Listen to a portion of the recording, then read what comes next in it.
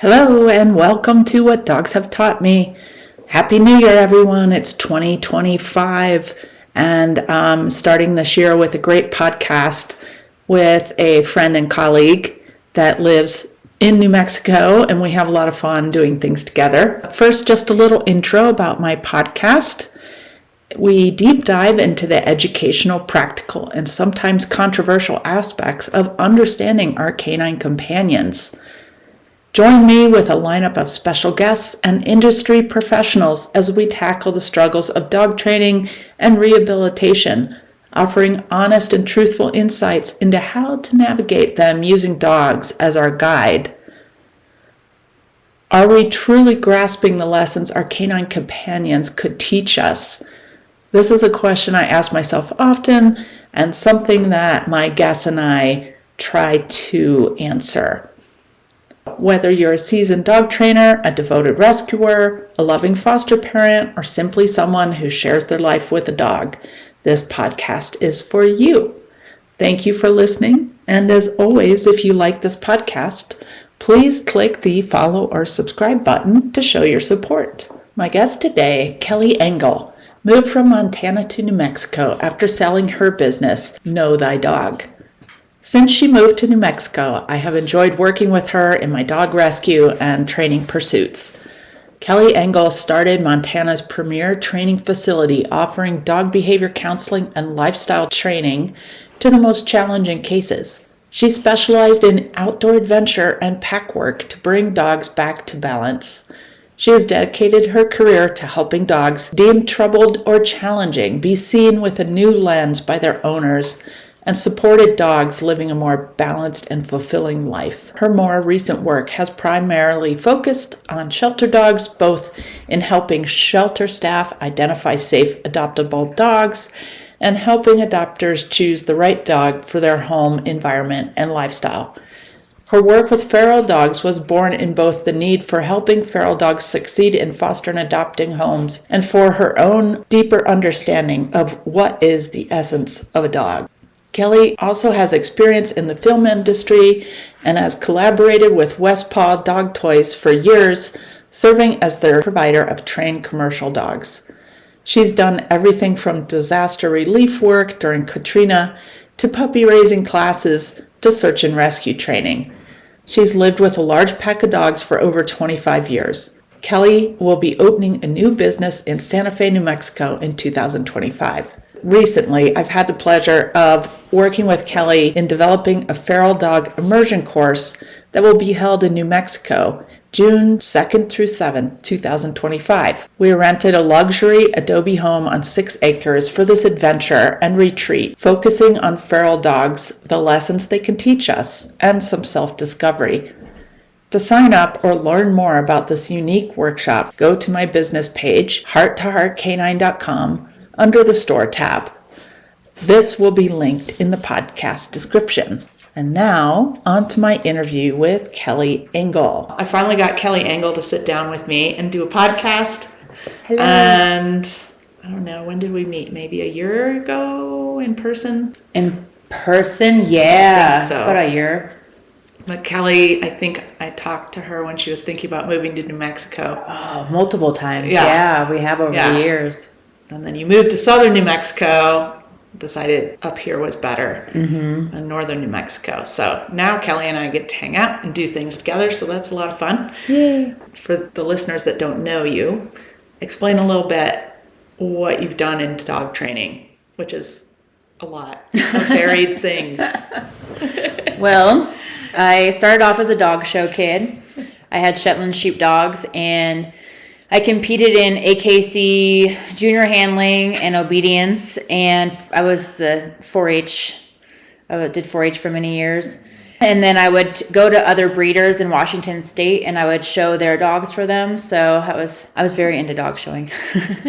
And then when I was 18, I went to a clinic with Marion Breland Bailey and Bob Breland, which were B.F. Skinner's.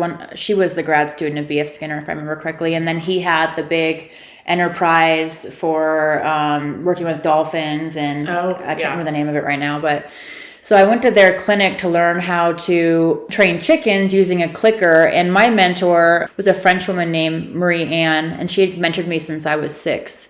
So when I was 18, we were still really close. And so she was kind of exploring that because she had done Schutzen, and she was exploring clicker training and suggested I go learn from them. So I did that in Port Angeles, Washington. And at the time, I had just bought a show dog. It was a American Staffordshire Terrier, a fancy one. So I was showing that dog in UKC, and then I took that dog through the clicking camp, and then I trained the chickens, and then I'm trying to think how this all went. And then I did some classes. I taught clicker classes with Marianne for a while, and that was a little above my skill set, just learning the clicker plus then trying to teach people the clicker. But so I did that for a while. I did agility at that time. I was managing a holistic pet food store, and I think I had 13 dogs. I was showing miniature Australian. I became the president of the Miniature Australian Shepherd Club of America, and I was one of the first people that had toy Australian Shepherds in the country when everyone hated them. And but I had 13 of them, and so I did that, and then. And then when I turned about 23, I just burned out and I took a break. When I was 26, I went to Hurricane Katrina, and I ended up running like a grassroots shelter there in a parking lot in New Orleans, doing mostly dog rescue there. And we would triage the dogs and then send them off to rescues. And then through that, I became an aggressive dog handler as part of just default in that situation. Necessary. Yeah, thank you. Exactly. Just because people I think don't understand is that New Orleans is the dog fighting capital of America. It's where a lot of the pit bull fighting bloodlines, like the Jeep, there's a few of them, the Bordeaux bloodlines, they all originate there. So a lot of the dogs we were picking up were those dogs, and they were getting stolen from us. Both at our place once New Orleans opened up to the public, which was about a month and a half after Katrina. And then when we were in Baton Rouge, they were getting stolen from us nightly in all kinds of creative ways because those dogs were worth thousands of dollars. Anyway, so then I was handling aggressive dogs there, and then sent a bunch of aggressive dogs out to a place in Arkansas, and then HSUS did a bust on it, and we had to fly out there. There was 4 of us that flew out there and to get our dogs. And anyway, you gotta tell the story of the U-Haul though. Okay, because that's just a whole nother level. So to give it more story context here, a large group of us, including Posados, we had all sent out. I mean, we probably all collectively sent out maybe 200 to 300 dogs out to this property that were dangerous. And the woman that had it said that she showed us paperwork that she had a 501c3 sanctuary. So we get a call and we go out. There's 4 of us out there handling. I think the first or second day I was there, I was severely mauled by a Rottweiler and hospitalized. And then, so I had like 2 arm casts on. I got a staph infection immediately in my hand. It was bad. But once we got all of our dogs together, we had to drive them, the ones that were alive. A few of them had passed because a couple weeks had gone by. Because to be clear, these dogs were left out there without food for weeks. And so a lot of the dogs that were sent there were dead. And that's how the sheriff had flown over and seen all the dead dogs. And that's how the dog, there's a lot of the story, but that's how it happened.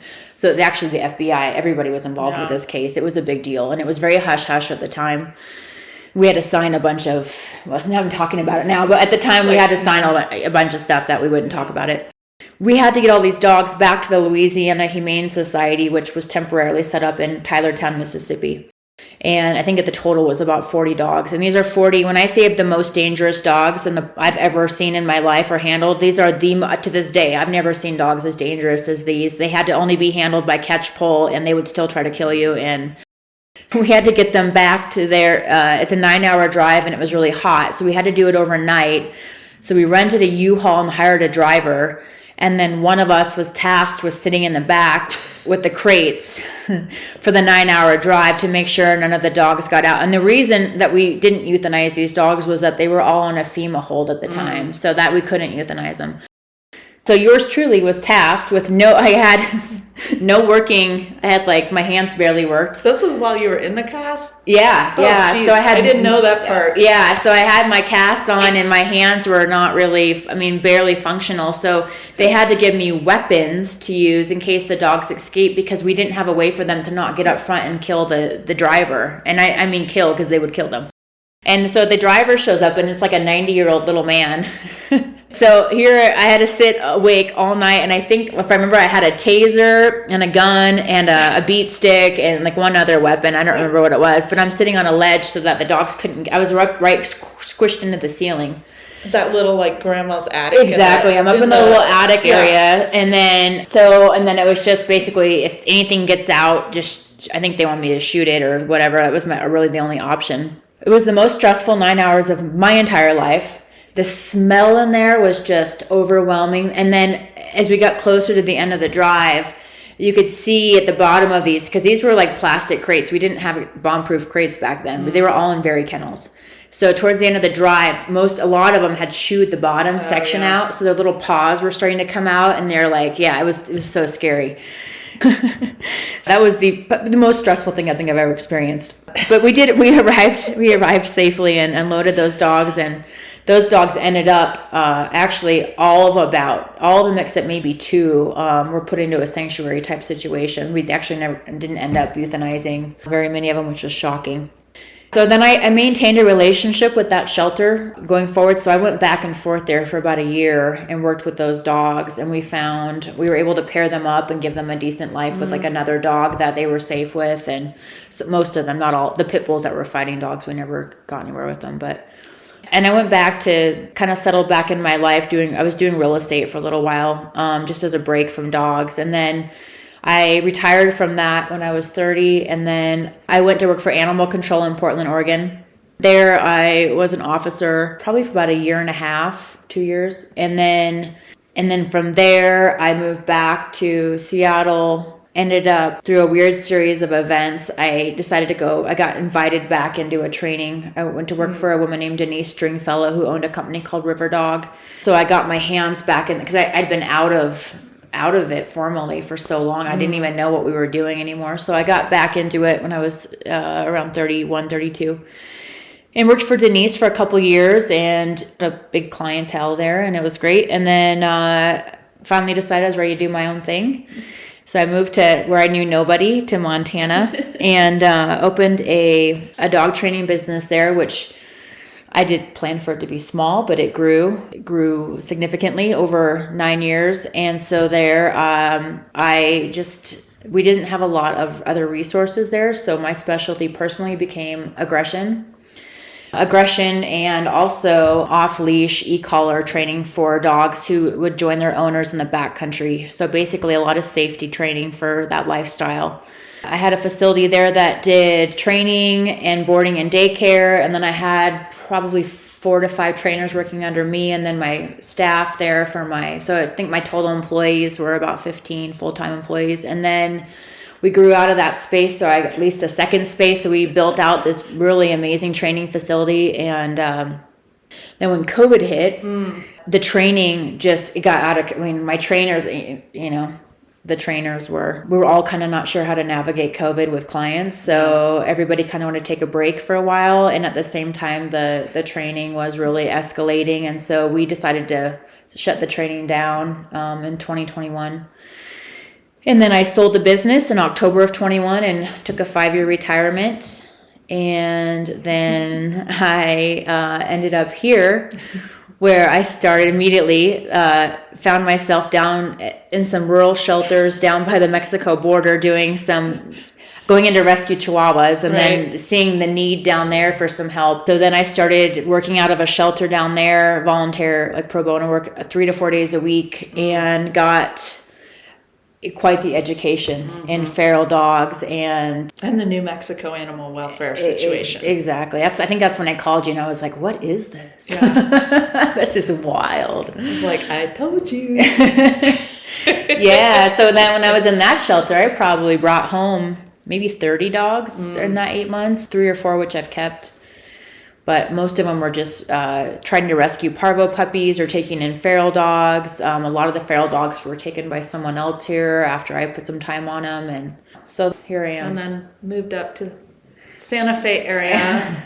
And then I was like, ooh, you can come volunteer at the shelter I go to now. Yeah. So, and then during this whole period of time, I've maintained a pack of dogs that and this is a period of time I say over the last 25 years, the lowest amount of dogs I'd say I've had in 25 years was about 4. But for a long time, I was maintaining a pack of about 20 to 24 dogs. Wow. And I was thinking about how funny, I have a photo of this, but I, at one point, had 3 Malinois, a Cane Corso, a Standard Poodle, and a Drahthaar, all at the same time amongst all my other little dogs. And then with the Malinois, I was doing search and rescue and cadaver training, that part of it. And so I got a little bit involved with that, and I went and studied with some people involved with detection work and stuff. So I've done a little bit of everything in that regard too. Yeah. I did teach my Pomeranians how to mark and find cadaver. And I did it. They're all dogs, no matter what they look like. Yeah. Well, yeah, it was for a while. So I started them in a box where they had no stimulation outside of the box. And once they were just solid, I could bring in any, food or anything against the cadaver, and they'd always mark the cadaver. So once they were solid in that box, I tried to move them out of the box into the bathroom, which might have been too big of an increase of space, but their search drive would wane after about 8 seconds. They were like, we're bored. But in the box, they were solid. So they didn't have a career in search and rescue. No, I really did want to have the first Pomeranian SAR dogs, though. Yeah. That'd be funny. The thing that's funny about going to your house is there's so many littles. I have to watch where I step because they're just all over, and they're adorable. Why do you like Pomeranians? I used to have a joke about Pomeranians. I call them the fluffy Prozac. They're cheerful. Yeah. They're spirited. They're cute. They just bring joy. I don't know how else to say it. I mean, mine are the most joyful little creatures. And so that was my initial draw to Pomeranians. And, but if I have a type of dog that is my type, it is a small, gritty dog. Like my little miniature toy healer, blue healers are like, that's kind of my dog. They're just so tough. And then my favorite dog I've ever had is my Schipperke. I don't recommend them, and I would never have more than one because it's an exhausting creature. But that is the most interesting she's so much fun. So you had a training facility and you were working with aggressive dogs. Talk a little bit about what you learned, how you train them, just kind of that whole experience, and now how you did your views change over time. Yeah, they did. So when I started taking in aggressive dogs, what was I doing at the time back? I mean, it's evolved over time. What I learned over time, so I'd start taking them, make mistakes, navigate that. I was also taking any level of aggression pretty quickly, which do not do that. That was a huge mistake for burnout. I don't know. It was, or danger. It's dangerous. But my ego was that's one thing I can tell you right now. My ego was very involved initially in this work because I wanted to be the one after 10 other trainers to fix the dog. And there's a reason a dog's gone through 10 trainers and is coming to you. And, you're not going to, no. Anyway, so the lessons I learned immediately was one thing is the owner. So I didn't have any way of vetting I didn't think to vet the owners up front to see, how the owner, what their role played in the dog's behavior. And then you have the layer of genetics on that. And then you also have, and these are all the things I learned. So then it was also like, okay, I can get this dog into a really good place.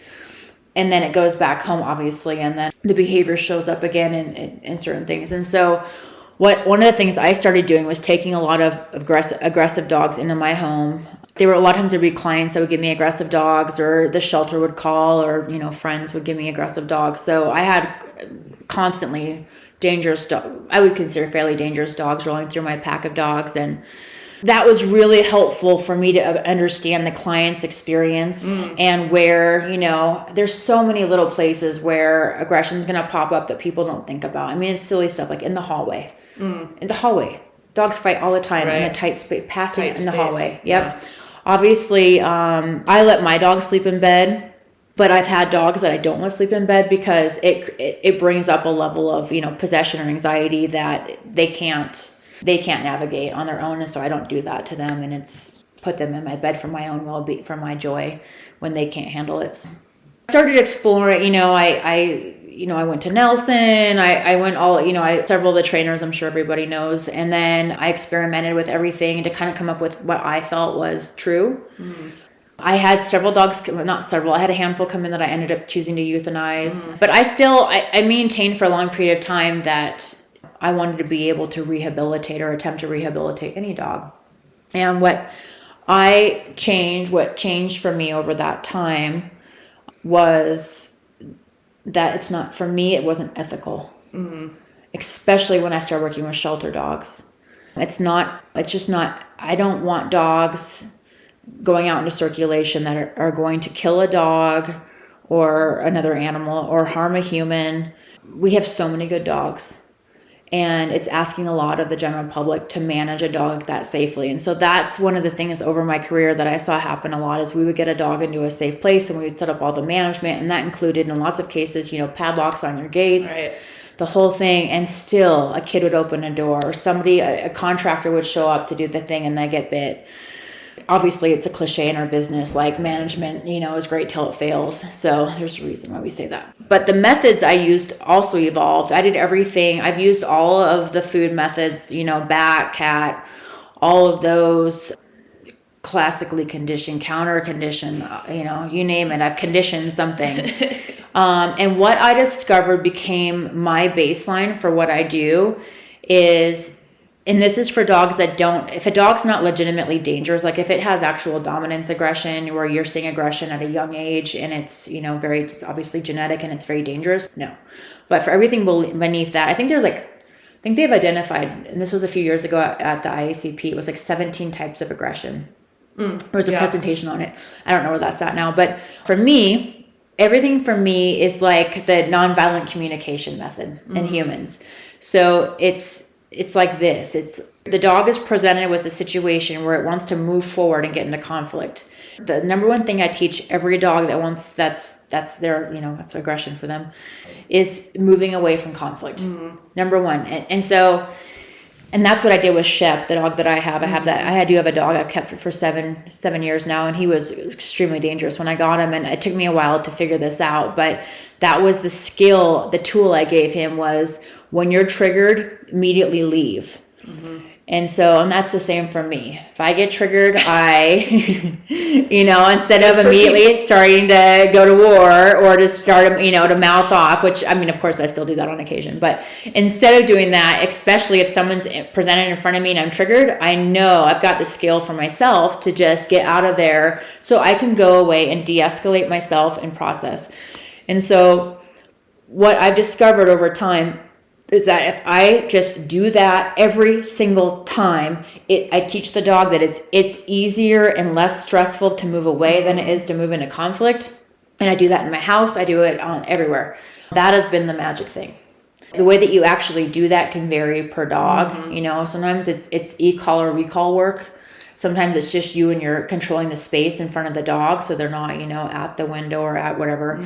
That varies per dog. But basically just giving them that tool is how the majority. And then the other layer of that is that I did amass a pack of pretty solid dogs that take my feedback quickly and they know how to navigate a new dog. And so I started this program. It was called Pack Therapy, which I trademarked. I even owned packtherapy.com. But we would have clients bring in their dogs that either failed out of daycare or could never do daycare. Initially do a consult, look at the dog, and then they would integrate into my pack, and we did like twice a week. So they would have an ability to come in and have neutral socializing, also learn how to take feedback from a human. Like, don't look at that dog. I always tell my clients too, not to let their dogs even begin to look at, if it's assuming it's a dog that they have a feeling, because the look is the beginning of what I would call the dirty thoughts. So the second they're looking, the dirty thoughts are coming in the head. Yeah. So I said, and the look right there. That's a lot of what we were doing in the group. They might have muzzles on, or they usually have drag leashes on, but it was the second they turned and looked at a dog and you could see the thought pop in their head, it was like, nope, we're not doing that. So timing. Yeah, it is. It's like critical not to wait too long to stop that process, because then you can't stop the process. Yeah, once the thoughts are there, and then because if you think about from a biological standpoint, the thought comes in the head, and then the body's rushed with all of whatever the hormones or the the nervous system, all of that's interconnected as soon as the thought comes in the head. And so if you just keep catching it before the body has a reaction to the thought, then you're keeping the dog, like you're kind of in a sense, I feel like, you're going to toggle that a little bit. So then the dog coexists with these dogs and nothing's happening. And then pretty soon you can let them look over. That's to me more effective than the bat training or any of the food training that you see people doing with the threshold stuff. And again, every dog's different. I think in my entire career, I've had maybe 2 that we did every method possible. One was a mini Aussie that the owners eventually surrendered to me after 6 years of us working with this dog. And he would get better and then he would regress. And he was extremely unpredictable. He'd be socializing fine. And then it would just flip into a full-blown, attempting to kill my dogs. And I took that dog and he did fine in my pack mostly. And then I placed him as a single dog. But only I think 2 to 3 I can think of in my career where I just couldn't. We tried everything, nothing. Sometimes there's just something's off, neurological, or even like this one dog I showed the video of ended up having a brain tumor. Like some kind of physical issue. And then when you just have really unstable genetics too, I feel like I hate to pick on mini Aussies because I have them, but I called them the Montana State dog, or like toy Aussies and mini Aussies, but you hardly ever saw a stable one out there. Probably the only dog I've ever gone to train that really wanted to hurt me was a red chocolate Aussie. I have teeth marks right there from a chocolate Aussie that redirected on my leg. I mean, thank God it was little and they had already muzzle trained it, but I'm like, guys, like, do you really want to do you want to live with this? Yeah. That's like just a constant threat to everyone, including them. Yeah. And that opens up another conversation. So there's so many, what's the word for it? Anecdotal things that science isn't going to study, but we've maybe collectively noticed as trainers. But red dogs. So take any breed. Yeah, I'm red and chocolate. I like most labs, but I don't do well with chocolate labs. I feel like I've seen enough chocolate lab sampling of chocolate labs, especially in Montana. Everyone's got a chocolate lab. Something about if it's recessed from black, I don't know, because it's chocolate, and then you get into silver. Like the blue. So you've got silver labs, the Weimaraners. So the most unstable dogs I've ever seen are Weimaraners.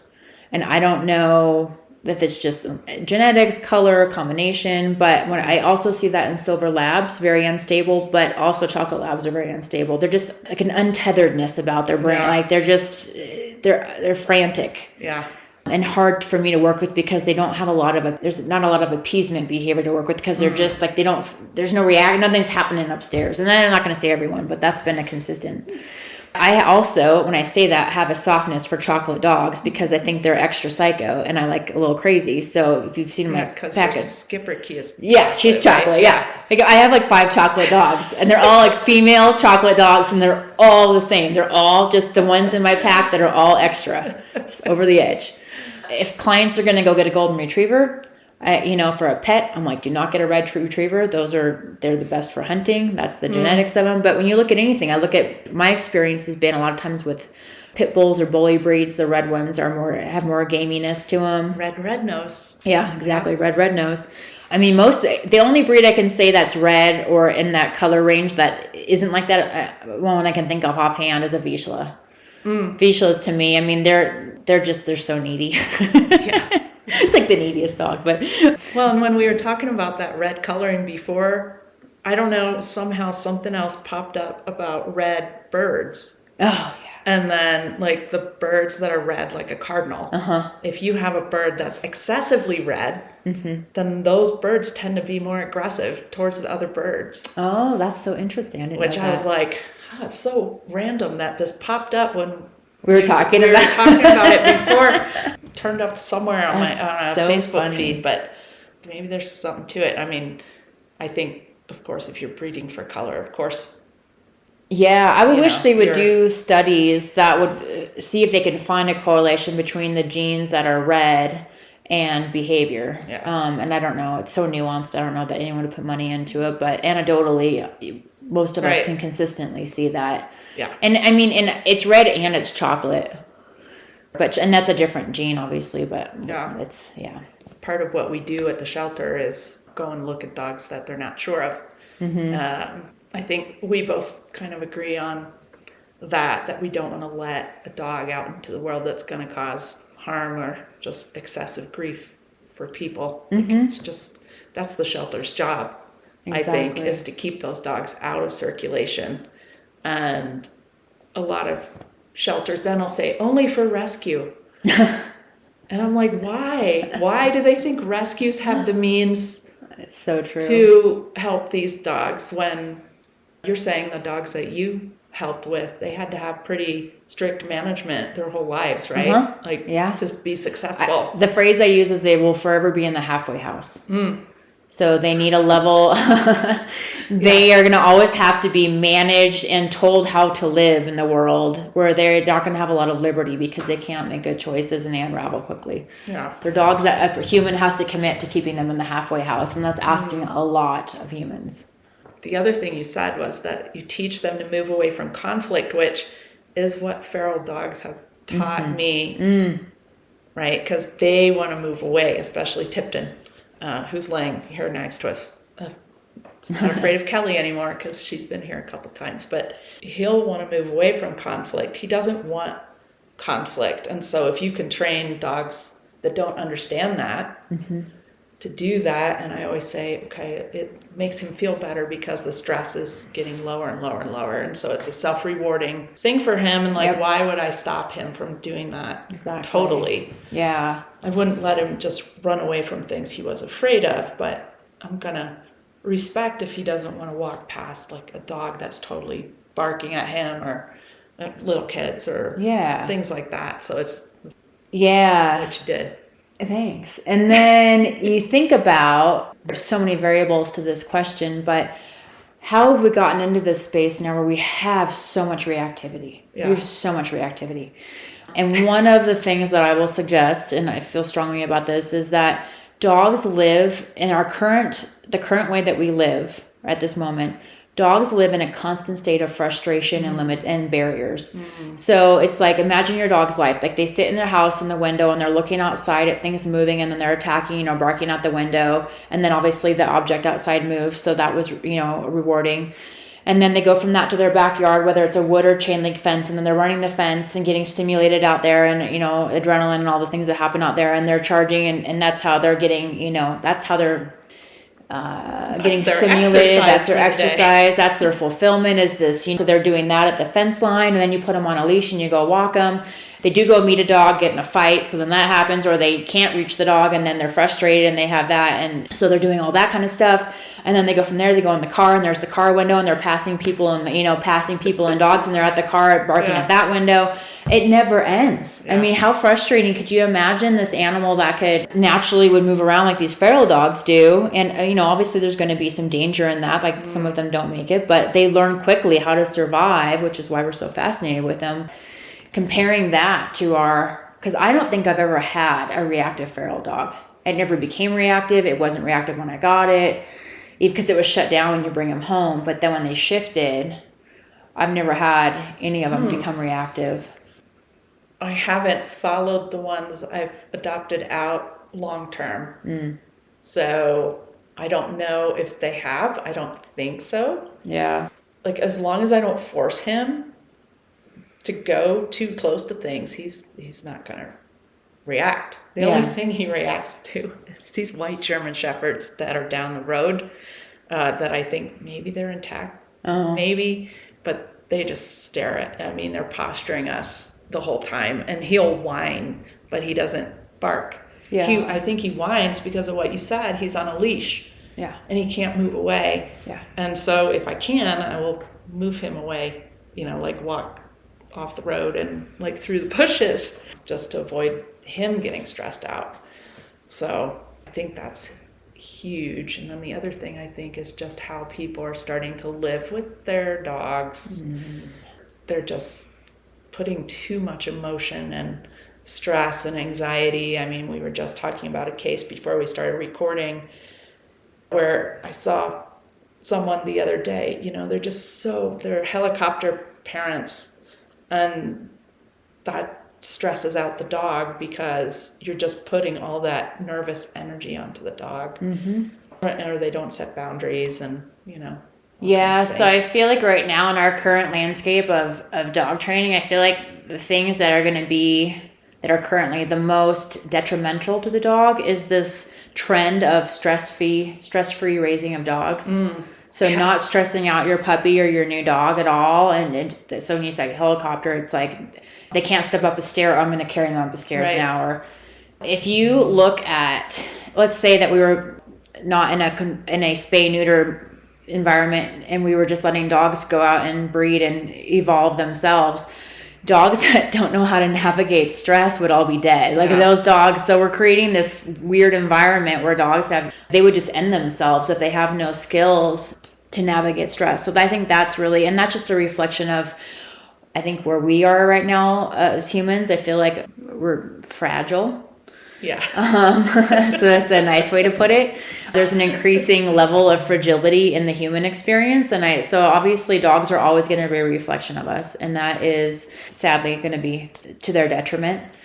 So that's one of the places where I feel like we're in trouble right now and need to get it corrected. But yeah, I read something like 90% of dogs are reactive. Like there was some huge survey. Yeah. It was 90%. And I'm like, that's insane. What? I mean, luckily, I think here in New Mexico, we don't see it as much. And actually, in California, where my brother lives, I don't see it as much, and I'm not sure why. When I go to Seattle, it's unreal. Like that's part of the reason I left Seattle for training was I was getting these clients in. There was no bridge between us. They would go get a Chihuahua on Craigslist. All of their kids would be on anti-anxiety, antidepressant meds. The dog would come in on Prozac, and they would come in and they would, how come the dog's doing this? And the kids would be in there bragging about how many drugs they're on. And I'm just like, I don't even know where to start this conversation. There's so many things happening here that are so out of balance with nature. Yeah. And then I had one, which I think I've told you before, where a client came in with a Mexican hairless puppy and their child, and the child was harming the puppy in the session. And I just, the client tried to get me fired because I was trying to stop that. Stop the kid? Yeah, oh my gosh. It was crazy. It was just, and she came in asking, the client came in specifically to see if she should rehome this puppy because she was worried that it wasn't working. It wasn't a good fit with her child who had special needs. But the child assaulted me in the lesson, and I had to call in a second person to be part of it because I felt like I was, she wasn't doing anything. And then, and then the child was hanging the dog, and it took a mirror off the wall, and it bit the mom. I mean, it was like the most crazy thing. And the kid bit the mom. Yeah, oh, wow. and swore at her and everything. And then she would count to 30. Remember, she's like, and she talked really quiet. I'm counting to 30. And I just was like, these are not my people. This is not, I can't, I feel so differently about the human experience than you do and about, whatever nature that we're not. So that happened multiple times, and I kind of felt like I needed to explore a different market for myself. And that's how I actually ended up in Montana. Yeah. So I was doing admin for a couple trainers a couple years ago, and I called this one lady, and I think the dog had bit her 8-year-old. It was a husky, and it bit her 8-year-old. And I said, well, what happened, leading up to that? And she said, well, he was trying to ride the dog. I'm like, what? Right? You mean like a horse? And she's like, yeah. I said, well, maybe he shouldn't do that. Maybe the problem isn't the dog, right? She said, well, I used to do that to our dogs when I was a kid. And I'm like, well, that wasn't a good idea either. Like, just because you did it doesn't mean it's okay. And then she said, well, how do I make my kids stop doing that? And I said, well, I'm not a parenting coach. I said, but I do have children. And what I would do with my kids is to start to instill some consequences to that behavior. And she's like, wow. I mean, it was just the weirdest conversation. I'm like, I think we're not the trainers for you, but that kind of stuff exists. And then they add a dog to that whole thing, and the dog usually is the one that suffers. Yeah, I agree. We're doing a project together. Besides the Chihuahua I have in my house. We're doing a immersive feral dog rehab retreat idea out here in June. So talk about why feral dogs kind of are another one of your areas of concentration. I think when you've handled, hundreds, a lot of us have handled hundreds, thousands of dogs, and you kind of get into a formula that works for everything, and then you have a feral dog come in your life, and you really have nothing you can do except try not to lose them. Actually, that was my first experience, was bringing them, feeling bad for one in the shelter because we were going to have to euthanize them, and then bringing them home and realizing you've brought home a raccoon, and you're just like, what am I doing with this thing? Half coyote or a raccoon coyote is what I joke about. I think what happened for me was, first, initially it's knowing that all the feral dogs are going to get euthanized in the shelter. Even the cute little chihuahuas. They don't have the skills or the time. No. In New Mexico. Yeah, we don't. And then what we're all noticing is that, with good intention, a shelter that maybe got more resources will try to put those dogs into foster homes, but the foster parents don't have the right tools, and so then they end up losing the dog within 24 hours. That's so common. If you're out here, you would see on our Facebook pages out here that they're going missing like it's every day. Yeah. And once those guys go missing, you can only catch them if they're trapped, and that's even really hard. It's even hard to get them to do that. So anyway, so there's that. But what really started to intrigue me about feral dogs was just me having to change the way that I engage with dogs. And I didn't even realize the way that I was engaging, in a sense of like being entitled to touch them all the time, or the fulfillment I'd get from them, or, for example, using training tools with them. You can't go in hot and try to just do a bunch of training. I think one of the first things I learned, and I say this a lot to people when they get any new dog, is that if the dog doesn't feel safe, it can't learn. There's just no point. Like, stop trying. Just the number one, if everyone's, what do I do when I first bring if it's fearful, or if it's anything beyond a happy, goofy dog and it's, shut down, all you're doing when you bring it home is building safety, so it's, maybe classically conditioning a routine. So basically you're building predictability in the dog, for the dog. And then, teaching them to, using the crate, I feel like is really essential initially with the feral dogs, but there's all this other nuance to it, which is that we underappreciate the intelligence of these dogs. So they can all escape every fence possible. They can chew through your leashes in 2 seconds, and they bust out of, they can bust out of any crate that's not completely bomb-proof. You'll lose them in your house. They go through a window. It just never ends. And it's just like, so it gives you this great perspective on what the value is of a domestic dog, or of raising a dog in a way where it has a high level of dependence on you and it's not thinking for itself. Mm-hmm. So one of the struggles I've had this last year was, prior to this 2 years, prior to the last 2 years that I've had a lot of feral dogs through my house, I am somebody who I personally am a freedom fighter. I love freedom. I love my freedom. That's important to me. And so when I was raising dogs, I wanted to give them that level of autonomy too.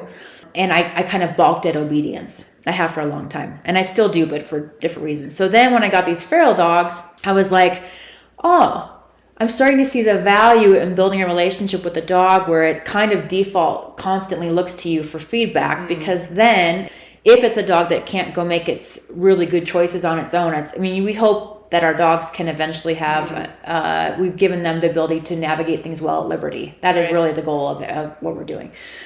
It's not. Hold on. Yeah. Say that again, because that's a really important, that you want the dogs to make the choices on their own without you having to intervene, correct? So yes. So what I'm saying is that we can hope that we can raise dogs as puppies to be adults that, when they're at liberty, are able to navigate the environment and make safe choices for themselves without you constantly having to hover over them. Which is a lot of training. That's a different mindset, I think, than a lot of training where the dog is constantly being told what to do. Exactly. Did you use that mindset when you were in your business previously? Like, that was your goal with the dogs that came in? I was constantly conflicted about this. For the clients want, this evolved for me. So I was a control freak at some point in my career where I was, every single thought that dog had, I would condition in. Like, I can think of, this is for example, I'd open a door to go outside. The second I go out that door, I want that dog to sit and look at me, because if it does that, it won't bolt out the door. So I would condition that behavior in so hard into the brain that I'd open up any door and they'd walk out and stare at me. Right. And I was putting those measures in place for clients so that their dogs don't bolt. Yeah. But I was conflicted about it because of my own dogs. I want to give them more freedom, but I also have a skill set that clients aren't going to have that allows me to do less and get away with more. And the clients don't have that. So I balance this out constantly. And I defaulted to being more in control and setting up ways that the dog was just constantly checking in with the owner for the safety of the dog. I went back and forth on this constantly. Because I know we've talked about this before, and you said something like, is it really better for the dog to never know they have that kind of freedom? Free will. And free will, because it makes it easier for the owners. Yep. Not necessarily better for the dogs. Yeah. But easier for the owners, and therefore the dog's more likely to be well behaved and stay in the home and not and have try full to escape inclusion. gates and Exactly. stuff. Yep. Yeah. So, and I think at this point, I feel like for pet dogs, I'm still not an obedience person. I'm a safety person. So safety is the number one thing. Yeah. So I think for pet dogs, my mission is for dogs to be seen, to be heard, to be seen clearly in the right lens. Because I feel like the lens we have on dogs right now, especially with social media, is human. Yeah. It's insane. Like, have you seen, and go off topic, have you seen the little buttons that dogs can push now? And they had, it's a big thing on TikTok where the dog goes and it pushes a button and it has a human voice. And then they're like, oh, this dog is psychic, or this dog wants to go out. No, it's so wild. Like, why do we need the dog to push buttons? If it has to go outside, why can't we read the dog's way of telling us? The current level of humanizing we're doing to dogs is so, it's so detrimental to the dog. Back to your thing is, I think at this point, yes, I want to do all the safety things to put in place with clients so that the dog will default to looking to them for feedback. Part of the reason I feel that way is I look at the feral dogs and... Well, that's their main thing. They've figured out on their own how to survive, so they have no desire. Like, it doesn't even occur to them to default to a human. It doesn't even initially. But even I just took this little Chihuahua from you for a little. We're doing a little joint project, but she knows that already, right? She learned that from being with you. It's very clear. Even though she doesn't know me and probably doesn't trust me a whole lot at this point. I've had her, 4 days? Yeah. Or something. She knows, if she hears something, she'll get closer to me. Good. Which is, that is huge, that she's learned that she can survive and be safer around a human than not. I do play with that a little bit with all of because I brought several home from El Paso this year for some reason, but one of the things I played with all of them is just showing them that it's safer close to me than it is away from me. And a lot of times I'll do that with a long line. And so it's a nuanced, I can't really explain it on here, but that's something I think about a lot, is that I equal safety. Being out there is not as safe. So... Especially when you weigh 8 pounds or whatever. Yeah, exactly. 6. I don't even know how much she weighs. And then, you guys that are listening to this, I have a livestock guardian dog that is a significant primitive breed dog in terms of being potentially dangerous. And so he's probably 130, 140 pounds. He lives safely in my pack of dogs. And when he's on my property, I would never let someone just walk up on my property. I know he will bite if he is not familiar. Even if he is familiar with them, I don't. When he's off my property, he presents very differently. And so here's an example, is when we were just this last week, I brought him one day to a workshop or a training that Julie's mentor Phyllis was doing at the shelter. We were in a small room full of people. Animal control officers are walking by him. And part of me wanted to control everything he was going to do because I don't know if he's going to get triggered. But instead, I decided to do something different, which was to treat him like a golden retriever. And I actually didn't do that at all. I just let him, at the end of the leash, go sniff whoever. And I was like, if this was a golden retriever, how would I let him do it? And I purposely did this as an experiment because if I didn't get worried and try to micromanage every move he had, and then if I didn't add tension to his leash constantly and be like, don't do that, don't investigate this person, don't do that. So I did that, and I feel like there was a moment where he just walked up to several people, and I wanted to hold him back, and I was like, screw it, I'm just gonna let him. I mean, he's an imposing dog, and I just let him do that, and he stayed soft, I think, in every encounter. And so that was just for me an experiment to see. She did not tell us about this experiment. No, yeah, this was in my head. I was like, if he's gonna do something silly, I'll know right away, and I'll grab him. Something I wanted to experiment with in terms of, this is a new thing for me, this having a dog of this magnitude and primitive genetics, and I'm fascinated by how he can, I mean, he's almost like, has this greater than dog quality where he can read something and respond accordingly. He's been good so far. I haven't had anything where he's made a really bad choice. So yeah, instinctively, I should say, he's on point.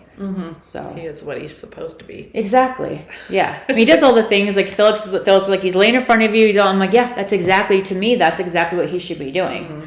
So I'm not gonna correct that. It's fine.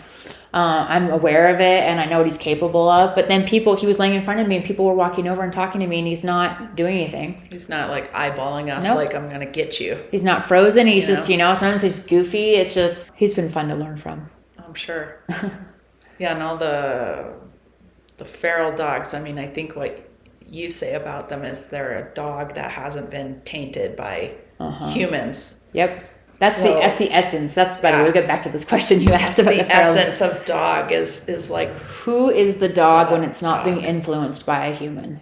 Yeah. What is a dog? That's that book. What is a dog? Yeah. I think about that so much. Coppinger. Yeah. Or both of them, Coppingers. And that fascinates me too, because you watch them and you realize really how much we underappreciate what they really are and capable of if we just get out of their way. Yeah. Yeah. So, resilience, how to navigate things safely without conflict, all of these things. Because it does help you see the value of us interfering. Yeah. And then what it's like if we don't. So. Yeah. Yeah. And of course we have to, I'm not saying all dogs should be feral, by any means. That's not what I'm trying to get across. It's just that you get to see what they can do without us. They really don't need humans. I think, of course, 75% of dogs in the world are not owned. So, but in the US, we don't see that very much unless you come to New Mexico. Even a lot of the dogs here that are owned, they have a lot of freedom. They just sit at the end of their driveways all day and kind of watch the neighborhood do its thing. And if they need to intervene, they do. Otherwise, they just stay there. When you first come out here, it's so interesting because all you do is see dogs loose everywhere. They're running down the street, they're in their driveway, and initially you want to rescue all of them because how could it be? But once you live out here, especially where I live, it's I live where there's so many, no one keeps their dogs on their property. It's crazy to me to see how well they do. I'm just in awe of it. And I've stopped panicking about it. It still makes me frustrated, but I've stopped being like, I gotta rescue that. I'm like, no, that dog's there every day visiting those dogs, and it's fine. So, and it might be having the best life ever. Yeah, because you just don't know. That's what I think about a lot, is that my mentality changed. Because you think about how a lot of dogs in America spend 10 hours a day in a crate. Yeah. That's, they just sit in a crate for 10 hours a day. And here these dogs are out having dog relationships. They're exploring the neighborhood. They're, they are avoiding cars and not dying, all that kind of stuff. And they're probably cold at night if they're not brought in, but they've adjusted probably, to that temperature. And it's really hard for us to be able to see that and not panic, though. I think that's, you're not feel bad for the dog. Yeah. So. I've stopped feeling that way for many reasons. One is because I can't save every dog I see There's on the that side of the road, or wandering around loose. Obviously, if has escaped its yard and it has a collar on, I'm more prone to maybe see where it belongs. But I can't just stop all the time and get dogs in my car. But they may not be having the worst life that you think They Yeah. are, as long as they're fed, as long as they can find food and water and shelter, Yeah. they're probably okay, honestly. Exactly. And if they get caught and they are feral and they go to the shelter, not the one we go to, B rehabs them, but most other shelters, they're going to be euthanized. I think about that a lot. Like, what's I'm the better? conflicted Mhm. about this because I only take dogs that are already at the shelter. I don't Yeah. go out and trap feral dogs because of that reason. Yeah. I think, you know what? They're okay. I can't save them all. They're doing fine. I'll just leave them be. Yeah. So Exactly. But I do try. I roll my window down and I'll say hi to the dog. And if it looks excited to get in the car, I might let it in the car because then I feel like it's not feral. It's probably someone's pet. exactly, yeah. 99% of the time here, you roll the window down, you acknowledge them, and they're like, bye-bye. They're Yeah. gone. So Yeah, and doesn't- it'd take you, Yeah. days to catch Yeah. them. So, Yep, they're fine. but there was this dog when I was up in Las Vegas for a few days he would hang out at this one intersection. Uh-huh. And if I'd stop, he'd come up and look up at my car. And if I rolled the window down, he'd put his little paws Oh, no. on the window. Uh-huh. And he's like looking at me like, where's my treat? Well, this is weird behavior. Yeah. And so then I'd just be like, hey, bud, get down off my car. And he'd just jump right down. Such a nice, he was a German Shepherd, super nice dog. And then I go and ask B, why? And she's like, oh, people stop at that intersection and feed him out of the Oh, car. how funny. They're so smart. He's Yeah. like collecting tolls for, Yeah. if you want to drive by, you got to give me a treat. Yeah. I don't know if anyone owns him or not. He looks healthy. So.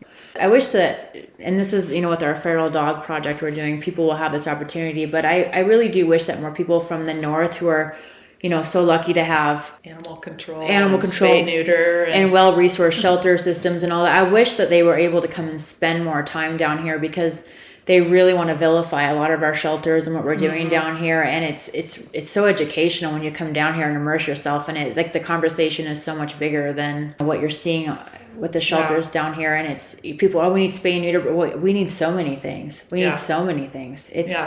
You almost don't know where to begin, where the conversation begins. Is it educating people? And then when you get, it just never ends. So, and a lot of people in New Mexico don't live a whole lot better No. than the dogs. There's a whole lot of social problems here, and where do you start? So yeah, it's much more complicated, and I think I'd rather, for the most part, see the dogs running loose than chained. yes. Even they're going to get hit by cars, but that's another thing is that there's a mentality in this, in the South, here, that, like my neighbors are so kind and they're lovely people, and you've seen their little, their poodles on a chain In the back with a sweater on, but like, they think that's the kindest thing because they think if they let that poodle roam, it will get killed by a coyote. So that poodle never comes off a 7-foot chain.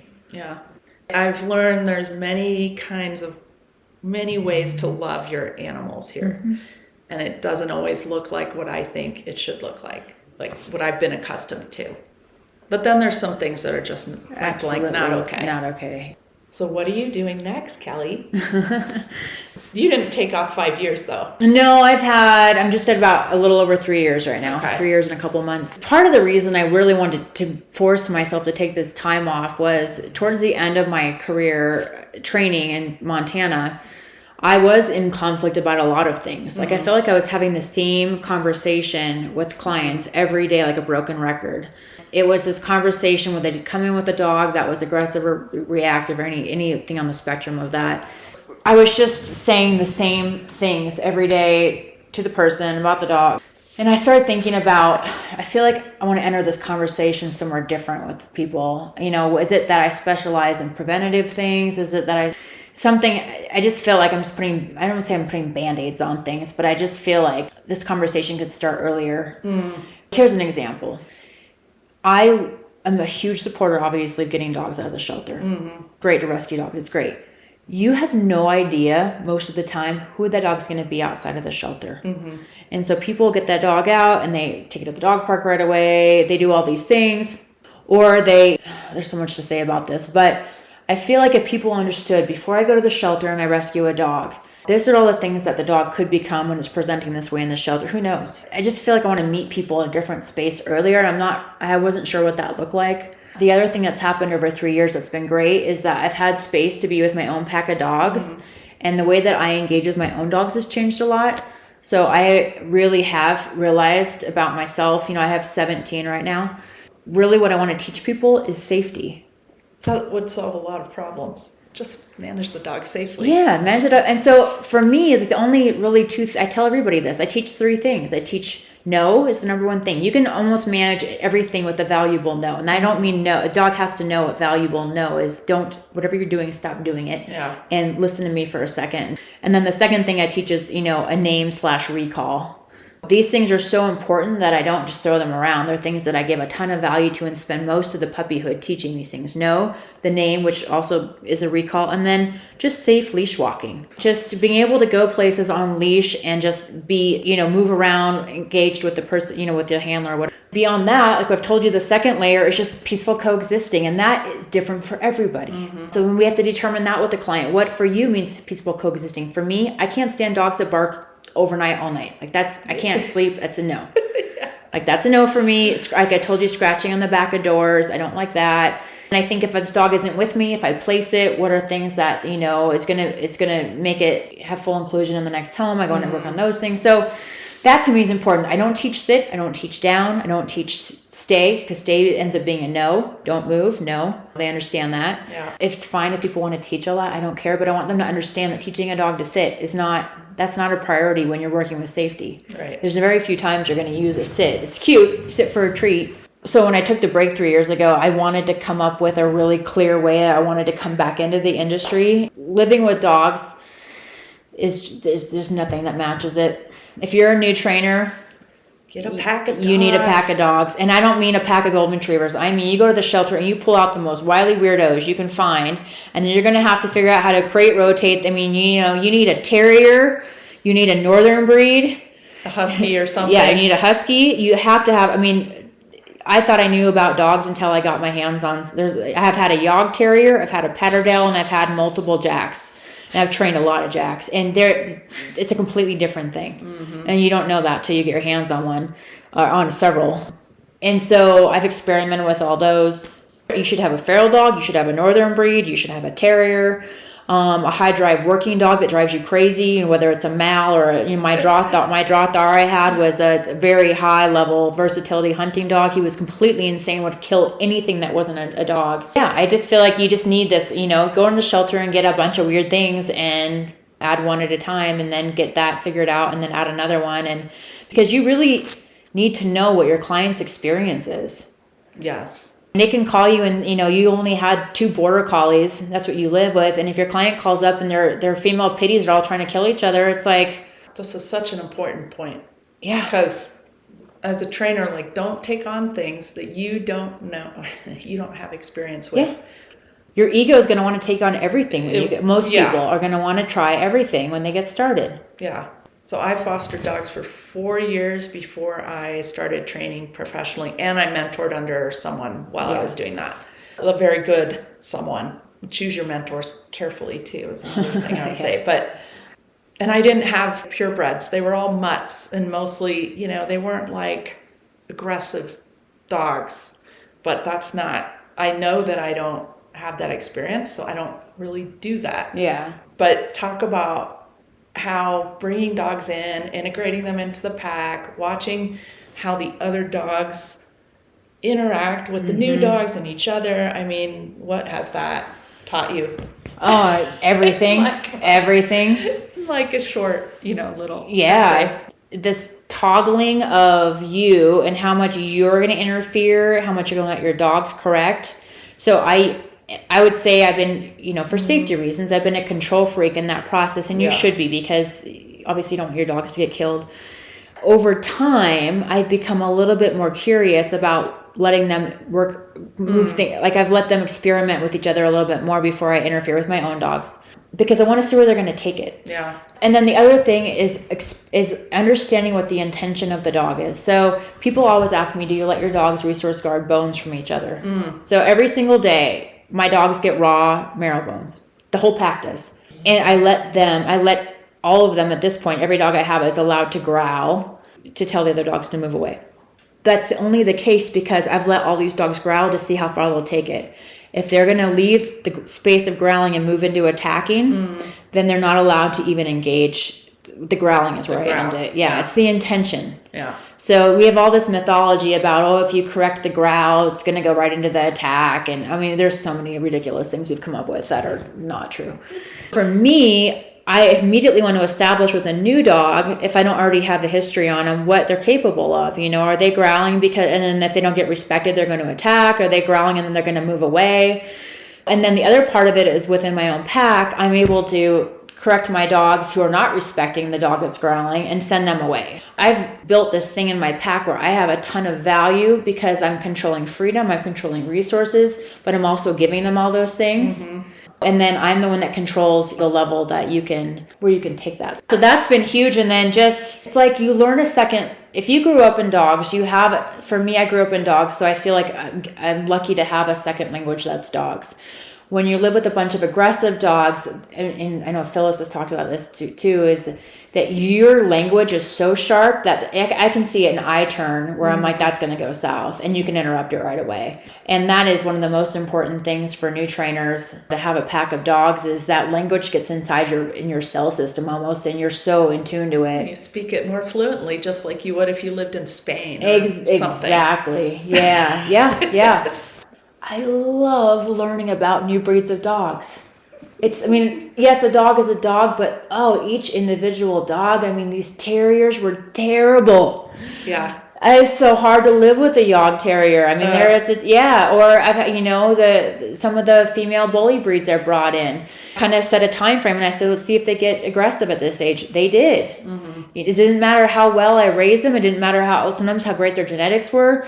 In terms of being able to help a wide variety of clients, pack work has been essential, and probably I would say is my greatest gift that I've done and can offer. A lot of dogs through the house, but mostly two of my helpers. Now I've started teaching Tipton to help me more because Char's gone. Yeah. Just to watch how they, like you said, it's okay to say, hey, this is my bone. I don't want you to take my bone. But then if that was to escalate, I would step in. Watching how they communicate that and how respectful actually they are usually of each other they're so much more respectful of each other's wishes, I think, than humans. Oh, yeah.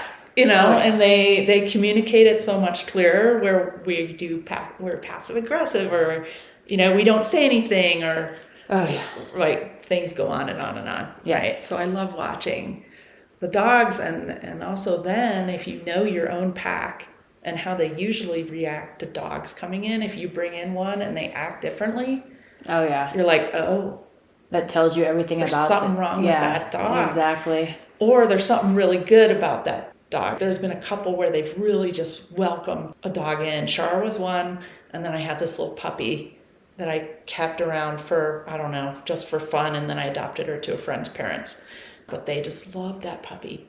There's something about her. Yeah. Whereas these two didn't like the Shih Tzu as much as they like the little feral Chihuahua. Yeah. They know things we don't. Exactly. When you have a dog come in that is kind of an unstable, reactive to everything, unstable personality, in nature, if that dog was out in a pack of dogs, that dog's going to get killed. Mm-hmm. And it's interesting to see your dogs trying to figure out how to deal with that dog that's in that space. Because if you bring in a truly confident top level, dog, the dogs usually worship that dog, and they regard it. That dog is like, that's Iger, my livestock guardian dog. He's intact and he's large and he's very fair. Dogs usually just worship him, and he's a protector. Exactly, yeah. But man, I've brought in some Chihuahuas. I've brought in some really unstable little dogs, and they're just trying to kill everything all the time. And I'm like, okay.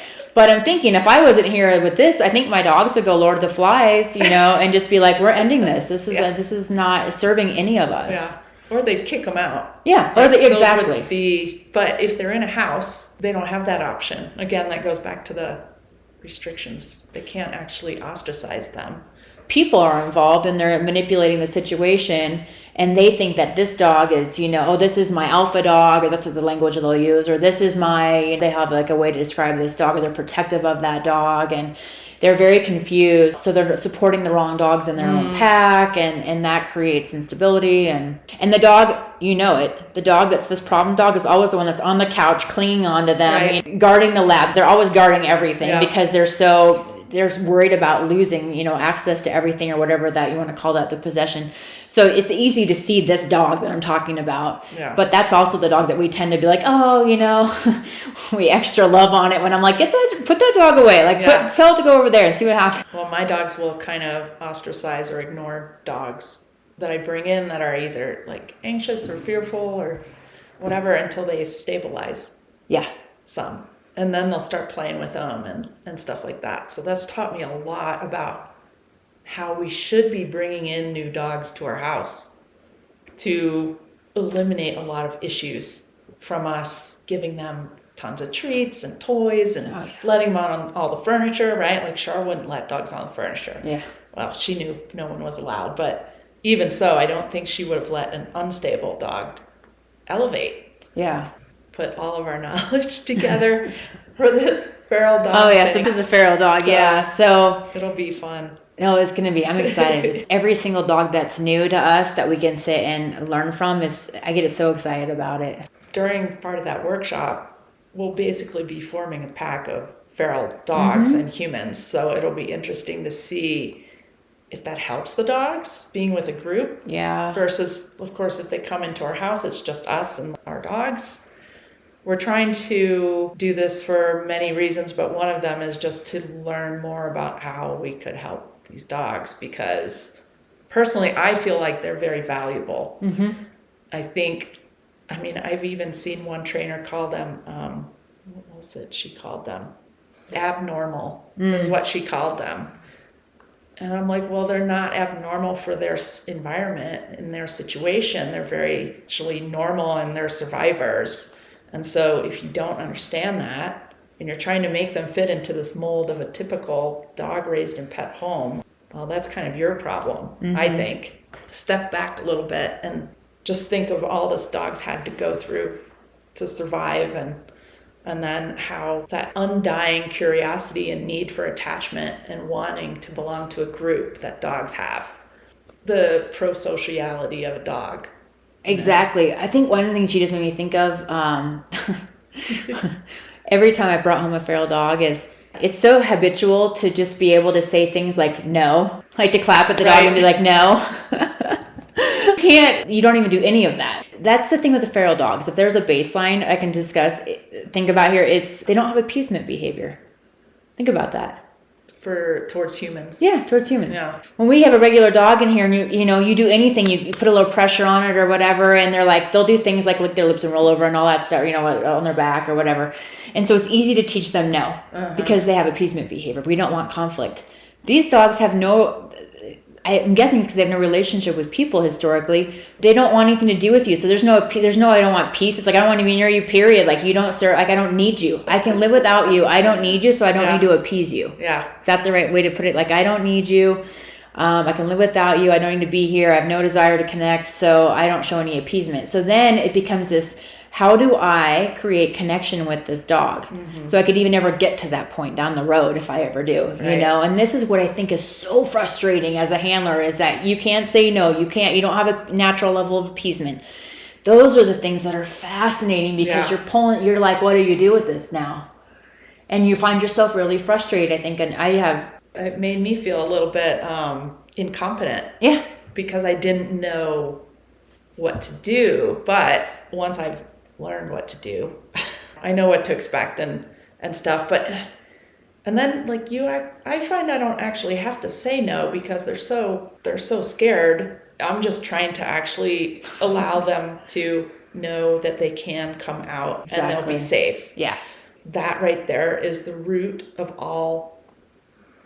That is the base of dog-human relationships, and why we have so much reactivity is because the dogs don't feel safe with the humans. And so then if we learn how to make a feral dog feel safe, it's much easier to make a normal dog feel safe. And these are the things I'm hoping like trainers can take from this, is these extreme case dogs are going to teach me skills that I can then teach to my clients. I find they're actually more receptive to this kind of thing than obedience training. Oh, yeah.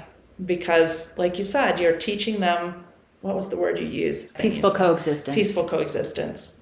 It involves work on the client's part, but in their minds, it's not as hard as like obedience training, I think. Yeah. Because it's not like homework, quote unquote. I'm using quotes. Yeah. This project will teach people skills that'll help their normal clients' dogs too. Yeah. Because it's helped me immensely in what I've learned, and now I'm applying it to my clients' dogs that aren't feral. Yeah. It's cool. You'd asked earlier what I'm doing next, by the way, and I didn't answer it because I tend to go on a tangent. I know what the answer is. I know. I am opening another behavior business here. It's under my name, so it's kellyengel.com. This is going to be my... But I'm actually, when I leave here today, I'm looking at a space to lease in Santa Fe. Very exciting. Yeah, so I'm hoping to have that all open and seeing clients around February of 25. So I've put together my services and most of my content for my website, so I'm getting there. But somebody asked me at the workshop specifically what I do, and I said I do the level of right above training. So if somebody wants, sitting down and all, I'm not going to do any of that. But if they have a question that they're perplexed about, or they want to add in a weird dog in their pack or something like that's where I would come into play. Yeah. So that's the best, for me, it's the best use of my time.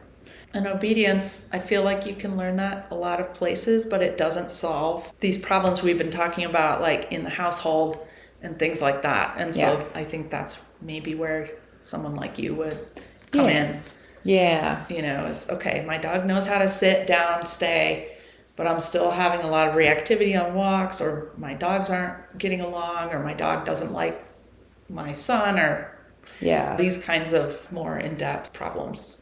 Exactly, yeah. Giving people a clear lens on their dog too is just, you know how it is. They call you, my dog's an alpha, it's this, it's this. Actually, it's terrified. Yeah, I know. It's protecting me. I'm like, it's protecting itself because you aren't protecting it. So it's just giving people that lens. So then that changes their language, it changes their movement, it changes the entire way they approach that dog and support it and advocate for it. I know that we're like really big about using the leadership conversation, and I'm just so picky about language, and I like to use the word advocate for. That's kind of the word I lead back to because that's mostly what we're doing when we take a dog out of our house into public, or if we add a dog into the pack, or if people come in our house, we're constantly advocating for that dog. And that has elements obviously of leadership, but that to me is the number one thing. Leadership is a touchy word just because it's been used by certain people, but so we keep trying to find new words that don't trigger emotions. And a lot of people don't care about language, but I do, because language creates an energy and an action. If somebody comes in and they say, I need to be an alpha, how do you behave when you're trying to be an alpha? Do you go through the door first? Do you eat before your dog? Do you have to, do you resource guard your couch? It makes people act a funny way when they think they have to be an alpha, or even, the word leadership for that reason too. Like that's such, you're right, you said, it's just a confusing word. So I value language and also transparency, because I see a lot of trainers doing things that are, to me, out of integrity with the language they're using. They're using really fluffy language, and then what they're actually doing is not matching that. And it's obtuse, and the client's like, that sounds great. And then when I'm seeing this dog looks miserable, what's happening? Oh, let's talk about that for a little bit. We're both on social media, for better or for worse. There's kind of a way I like my dogs to look, I guess, as far, because that expresses their state of mind. Yeah. And the way I want my clients' dogs to look. And eventually all the feral dogs to look too. They don't look that way in the beginning because they're feral. But describe what you think a dog after training should look like if that dog is having a good quality of life and is content. I notice, and again, this is probably because I play a lot I take my dogs on lots of adventures, and there's lots of play, and then I provide raw bones. Like there's a lot of high value stuff I bring into the relationship with my dogs. Yeah. My dogs, for me, always are looking at me. What are we doing now? What's Yeah. going on? There's a lot of that. And then obviously if I'm not doing anything, they'll handle themselves. But rarely, I can't think of any time where they look shut down. Mm-hmm. They're alert, they're engaged, they're looking at you. I don't mean looking at you like anxiety wise. If you get up and move, they're like, oh great, we're doing something. Yeah. What are we doing now, Mom? Exactly. Yeah. Like they just have a level of engagement that stays, connected. Even the feral dogs I've had have that too. If I have to end a behavior I don't like, it's immediate, don't do that. They recover quickly. So when I think about my dogs, there's just a life and a spirit in their eyes that they're moving through. Like they look like they're safe. They're curious. I think curiosity is one of the hallmarks of knowing a dog feels safe. As you can see them, they're sniffing the ground. They move loosely. Yeah. And we were talking earlier about seeing dogs videos where they're in training and there's no life in their eyes. They look worried all the time. Yeah. The curiosity thing, I think, is a big thing, because if the dog gets to the point that it's afraid to try, Yep. because it's been punished, Yeah. then that's a problem.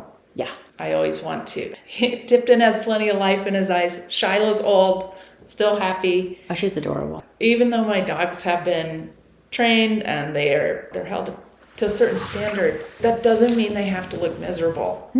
They can be held to a standard and then look happy. They smile, their tails are up, and this sort of thing. So their face is relaxed, their forehead's relaxed, their ears are relaxed, their body's loose, all this stuff. Important to like talking through some of the language we've used to talk about our end goal is not to have a robot or a dog that's afraid to investigate something, or maybe even you ask it to do a new skill. It's like, well, I'm scared because if I did that last time, I got in trouble. I'm thinking in particular in this one video I saw where there was a German Shepherd, there was an e-collar being used. The excuse was that the dog looked absolutely terrified and it was supposed to find the humans as a safe base.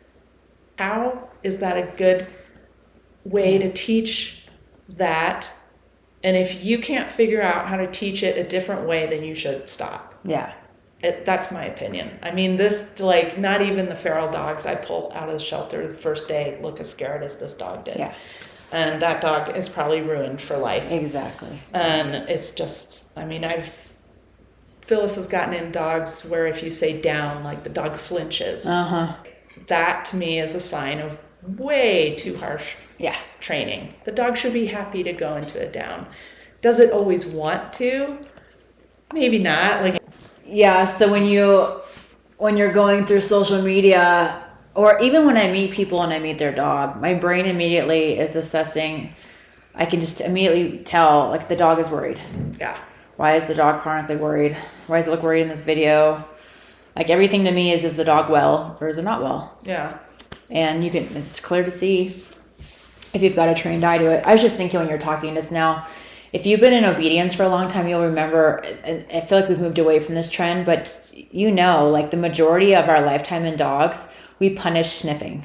Right. Isn't that, and I was thinking about when I was a kid and we had this obedience competition, our trainer would go over, and if the dogs were in a downstay and they smelled the ground, she'd spray bitter apple up their nose. And then they'd be like puking. My mom took me out of that class. She likes to tell it still because she was so horrified. But yeah, the dogs would be like gagging and puking up bitter apple because it went in their nose. And how now we can see there's so how valuable sniffing is. Right. Amazing how much that's evolved. I'm so glad. Why do I care if my dog sniffs the ground on a walk? Yeah. Why is that such a big deal? Yeah. And it's not. I used to have a bloodhound mix and a coonhound mix. So walking them, it's like walking a vacuum cleaner. But I did train them not to sniff so much because it just caused them to want to go astray. Yeah. It's like, why does the average pet dog have to walk in a heel without sniffing the ground? To me, it's cruel because that's a natural behavior.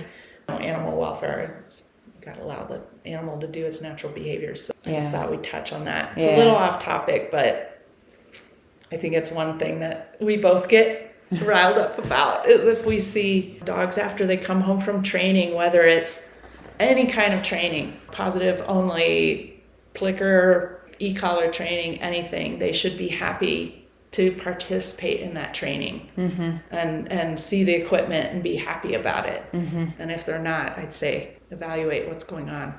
Yeah. That just kind of also falls into the Venn diagram I was talking to Right. you about. Yeah. Right. Where like when you're a trainer, I feel like training has a Venn diagram where you have, you know, like you move intuitively with the dog, or you handle them intuitively, and then you have a formula, and then you have science. Yeah. And for me, I feel like I'm always mindful about where I'm weak in that Venn diagram. And I'm weak in the formula section because I've been intuitive my whole life. So giving language to why I'm doing something is tricky for me sometimes. Actually, that's one of the things that has been helpful working with you is with everything is you're helping me let me phrase this. You are organizing almost everything on the feral thing because my brain is like over here doing this. And so I think any trainer, it's important to look at the places in training where you have a hole. And if you are a formula trainer, you lack the intuition, how do you get the intuition? Or if you lack the knowledge about the science of what is a dog and what is the body doing, you know, if you don't understand what body's happening with the body with classical conditioning or with the dog's having a cortisol or adrenaline response. I think that's another piece of the feral dogs help a lot with helping you go, oh, I need to, you know, I'm out of intuition. I'm only in formula, and formula is not going to work with this dog at all. That helps you build out your intuition side, and then you also understand a little bit of science and why the dog's doing this. And if you're heavy in the science side, and you have no skills. Well, so what I've seen happen is science says this should work, and such a disconnect. It keeps trying it and trying it and trying it, but then the intuition isn't there because you're not seeing that it isn't working with this is the number one place where I get stuck, is that you can talk about science and study science and be a science-based whatever dog trainer.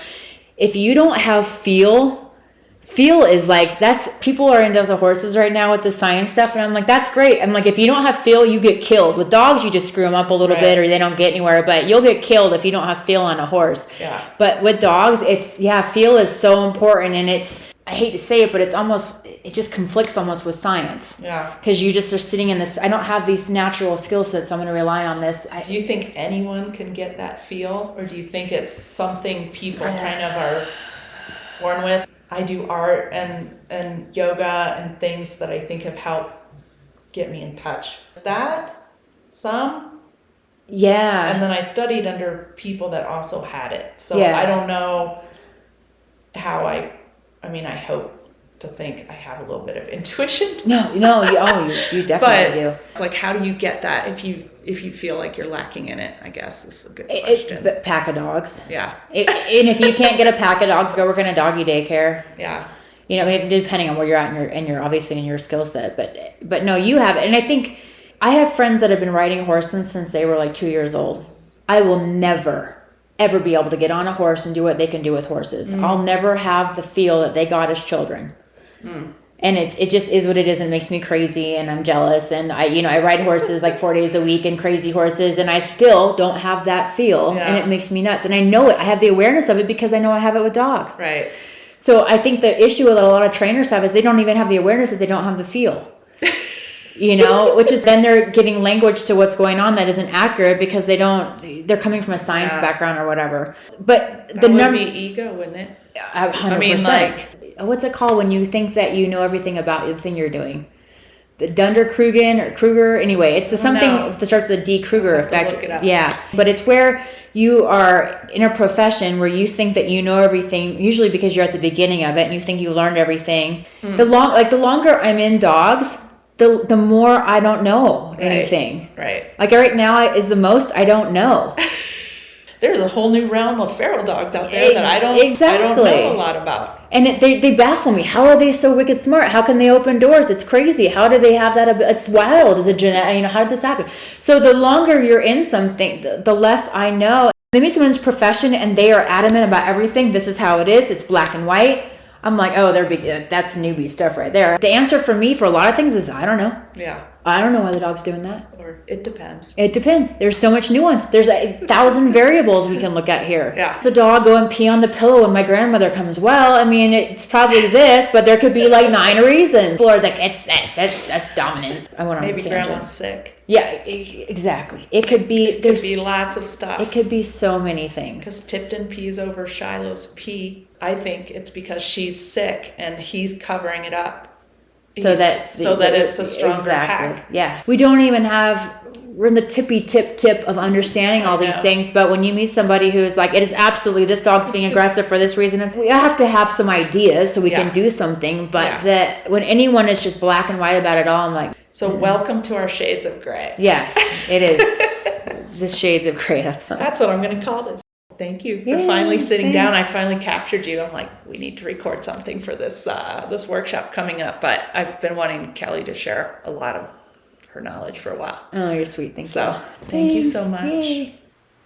Thank you, Kelly, for taking the time out to record a podcast with me. And thank you all for listening. I hope you enjoyed Kelly's unique insights and experience dealing with aggressive dogs, her many adventures in rescue, and also running a business.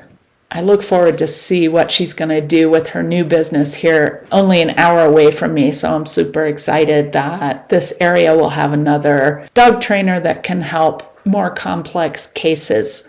Her website is going to be kellyengel.com. As always, thank you so much for listening, and please hit the follow or subscribe button if you'd like to get notified of my new podcasts. And also, if you're interested in attending our feral dog immersion program, please see the link in the description or go to my website, hearttoheartcanine.com/store. It's HART, the number 2, HEARTCANINE.com. Thank you, and can't wait to see what 2025 brings.